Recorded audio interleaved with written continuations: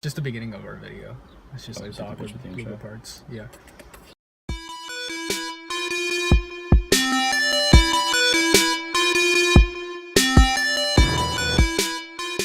Welcome back to Just Car Thoughts with your hosts, Kevin Maldonado and Nate Glass. And today, moving on to episode 4. Episode 4. And our topic was given to us, surprisingly, by a comment. A legit one this time. A legitimate comment, so big shout out to you. And Nate's going to read off that comment right now. Yeah, it was from Ulfar. Bro, I don't know, I cannot pronounce your last name, I'm sorry. Sorry. I watched a short documentary about a kid called Jesse Snodgrass, who was said to have been a victim of entrapment in the ongoing war on drugs in the U.S. Not being from there, I would like to hear about this from people that might know more about this. So, can you talk about the war on drugs in the U.S.? Sure thing. All for you guys, dude. If you're our first legitimate comment, we will try our best, dude. So, today's topic is the war on drugs. And a little specifically, Jesse Snodgrass. So, a little background. Jesse Snodgrass was pretty much just a teenage boy in high school. He was autistic, and he was pretty much the victim of entrapment by a police officer.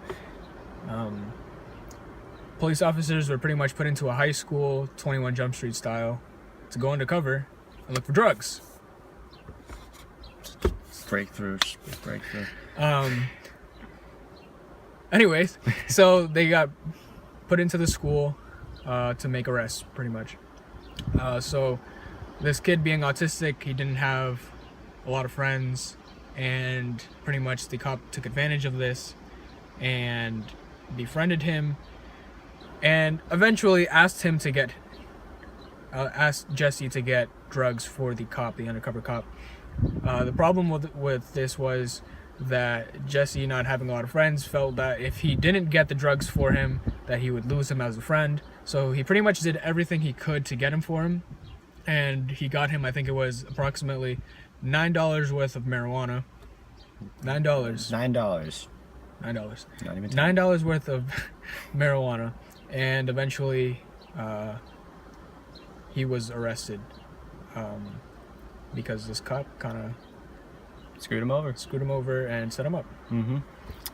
So this is obviously all a part of the United States' great effort called the war on drugs. Great use of our money and time.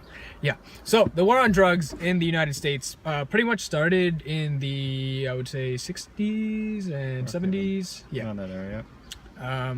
For anyone who's not living inside the U.S., like you said. So it pretty much started back then, and pretty much the goal of it was to use resources of any kind, military, local police departments, or anything else, to stop the spread of drugs and also the illegal drug trade. So there's that. And the problem with that is that it hasn't really worked out that way. No. If anything, the use of drugs has probably gone up, and we're being really inefficient about how we use the money for it. So, I don't know, what do you have to say?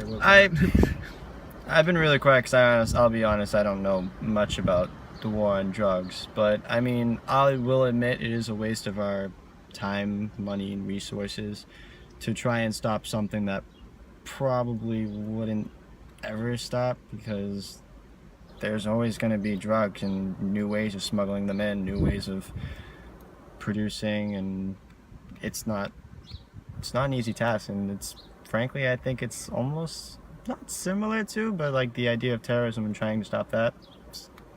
Yeah, you can only really do so much. It's not, yeah, you can't. Because at some point, people are going to find new ways to either get the drugs in, or to make them, or to distribute them. And then using those resources to pretty much trap people, to pretty much make arrests just so you can get your quotas up, and arresting autistic kids is kind of a wrong thing to do. That's the entrapment thing is not a it's Yeah, not a that's- just thing. I mean, That's not the right approach at all. it's not fair. The kid's autistic. You can't just, hey kid, can you get me some weed? I mean, obviously he's gonna maybe do it because he likes friends, or he wants friends because he doesn't have any. So I don't know. Do you agree that Oh yeah, the whole thing is like, yeah, I definitely agree. It was, especially in that situation specifically, it was I think it was wrong of the police officer to target somebody who was really vulnerable, and I think he kind of knew.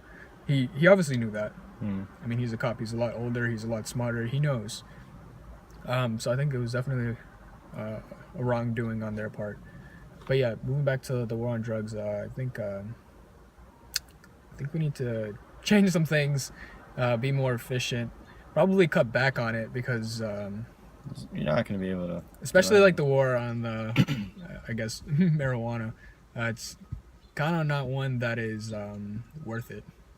I agree. It doesn't really cause much harm, and don't some states actually? Yeah, and some states have in the United from States have benefited from it. A couple of states have legalized it, and then you see obviously crime rates go down, less incarceration for small drug offenses, which is kind of ridiculous because there's some people in jail who have life sentences for possessing marijuana, which they should. Is ridiculous because that means that in turn we are paying to incarcerate someone who pretty much had a crime that had no victim to it. You can't have a victimless crime. Right. It just doesn't make sense. Right, well. So that pretty much wraps up that. Sorry if we don't know. We didn't know. We don't know much on the war on drugs. I mean, great question, and thank you for being our first legitimate comment. But I mean, that's honestly the best we. It's the best we could think of. That's probably the best we could do for that. Yeah, it's not something we talk about every day. So the summary of it is, it's not a good use of this country's time to try and stop this effort of try to stop this idea that no drugs could be distributed or no drugs can be given or anything. We should be focusing on other things. More important things. Like, I can't think of any more. I can't even think of anything right now. Yeah. Like Africa, the children who are starving. Yeah, the starving kids. For only $2 a day. Yeah, for a quarter a day. You can save a little kid. Her name is Angela. She's dying. Starvation. Because you just threw your quarter away. Into the wind. For what? A gumball? A gumball. You bought a gumball machine. You got a damn gumball. Not gumball machine. A gumball from a gumball machine. A gumball from a fucking gumball machine. What is wrong with you? And that quarter could have gone to Angela. That was her name, right? Angela. In Africa. West Africa, to be specific. Because that's where all the shit's going down. Exactly. No, but seriously though, that is a problem too. We're not in any way saying, We're not making fun of it. We're actually serious. So yeah, that just about wraps up the video. Make sure you do all the usual crap.